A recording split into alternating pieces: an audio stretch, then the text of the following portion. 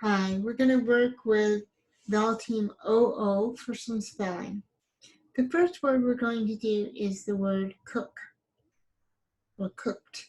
Mom cooked a nice meal for us. So I've got one syllable, cooked. Now I'm going to dot it. K, okay? My base word is going to be cook. I know I have that k sound, and so it's at the beginning of the word, so I'm either going to use a C or I'm going to use a K. Remember, we always try to use a C whenever we can. When can we not use a C? When it's followed by an E, an I, or a Y, and we wanted to say K, we have to use K. But otherwise, we would use a C. So let's see what it is followed by. K,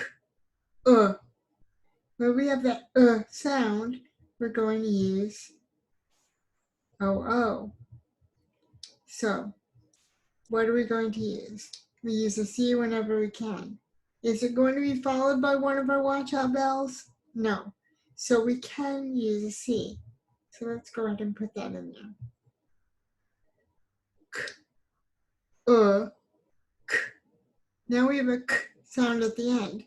We have some choices here. We might use a CK at the end, but we can only use a CK if there's a single short vowel here. Is there a single short vowel here? No. So we're going to use a K. Here's my base word, cook. But I said cooked. Mom cooked a nice meal. It sounds like this. Is that correct? Well, think about it. Cooked. Does that mean I did it right now or I did it in the past? Cooked.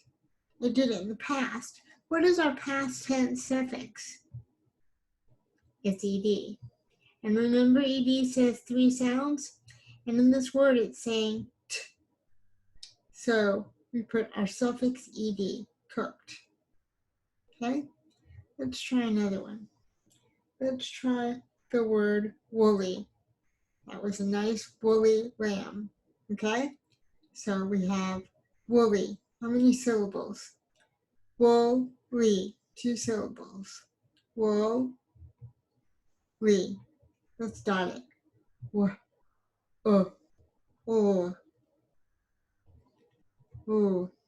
E. Okay? So we're going to do wool. Ready? W. Now team OO.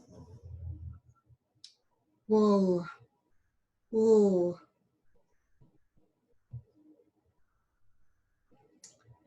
There's our base word, wool. Now, do I double this? Remember the floss rule, F, L, or S, sometimes Z, we double it. But when do we do that? You do that after a single short vowel. Is this a single short vowel? No, it's not. It's a team, so I don't need to double my L, at least not because of this. I have wool. Now what's my suffix? Li, U, E. So I could pull down U and my suffix and my vowel Y. That would make woolly. Or I could use my suffix tile, woolly, either way. But ly here is a suffix. So this word actually does have 2 L's, but where does the second L come from? It comes because my suffix has an L. So woolly, the woolly lamb. Okay, let's try another one. Let's try the word smooth. I smoothed out the blanket on my bed. Smoothed. Okay, how many syllables in smooth? Smooth. 1. S, m, oo, v, d, smooth. It's actually a little bit hard to say. Let's pull down our letters that go with these sounds. S, m, m, oo.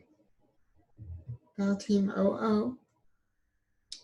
Smooth, smooth. Here the voiced digraph TH. Smooth. But I said I smoothed out the blanket on my bed. So I'm going to ask you again. Am I going to use a D here? It sounds like it. Smooth. But think about the meaning of the word. I smoothed it out. Did I do it right now?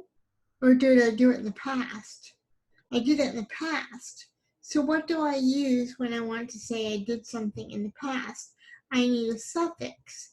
What suffix am I going to use? I'm going to use suffix ed, smooth. But what if I wanted to say I'm smoothing out my blanket right now? Then I would use, suffix ing. What if I wanted to say he did that very smoothly? Then I would use my suffix ly. So we can change the meaning of the word by changing the suffix. Okay? Don't get fooled if you hear a d or a t at the end. Think about the meaning of the word. If I'm trying to say something happened in the past, then I know that even though I hear a d or a t, that it's not going to be a d or a t, it's going to be a suffix ed. So go ahead and try to work on your spelling words with your teacher, and I'm sure that you'll do a really good job with vowel team OO that says oo,